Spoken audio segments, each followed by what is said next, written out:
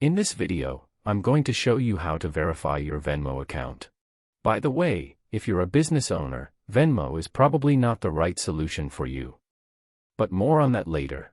First, open the Venmo app on your phone and log into your account.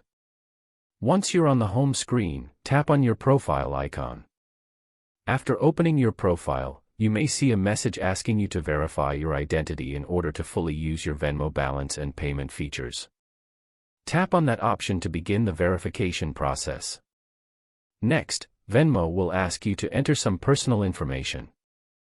This usually includes your full legal name, date of birth, address, and sometimes the last 4 digits of your social security number. After submitting your information, Venmo may request additional identification documents. This can include a government-issued ID such as a driver's license, passport, or state ID card. When uploading your ID, make sure the photo is clear and all information is visible. Blurry or incomplete images can delay the verification process. Once your documents are submitted, Venmo will review your information.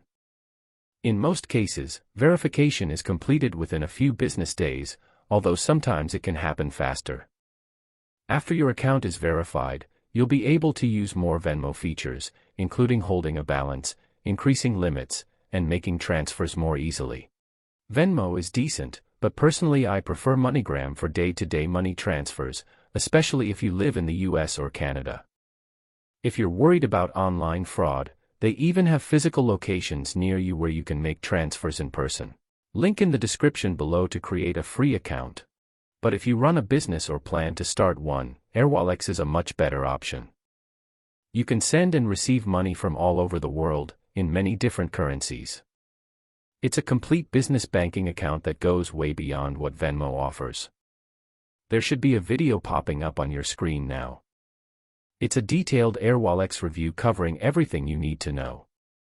Click the video to start watching.